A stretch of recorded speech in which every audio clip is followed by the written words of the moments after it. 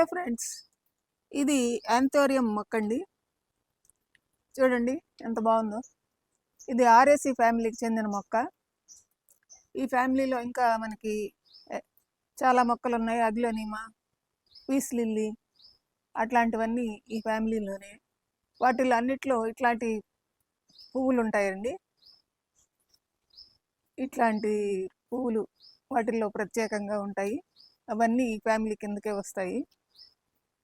చూడండి ఎంత రెడ్ ఎంత బాగుందో ఈ కలరు. వీటిలో ఇంకా కొన్ని రంగులు ఉంటాయండి. నా దగ్గరే 5 రంగులు ఉన్నాయి.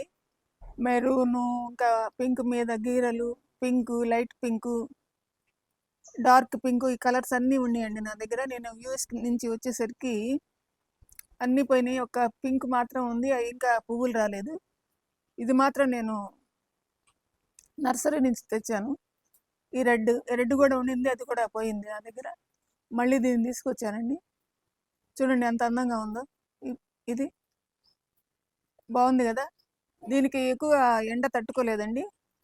బ్రైట్ లైట్ ఉండే దగ్గర షేడ్లో పెడితే బాగా వస్తుంది.